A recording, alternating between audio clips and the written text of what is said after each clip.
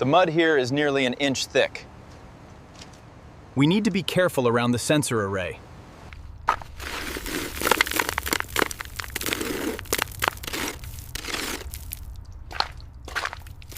I'm worried about getting this out of the headlight seals without damaging them. It's set like concrete. This will be a tough one.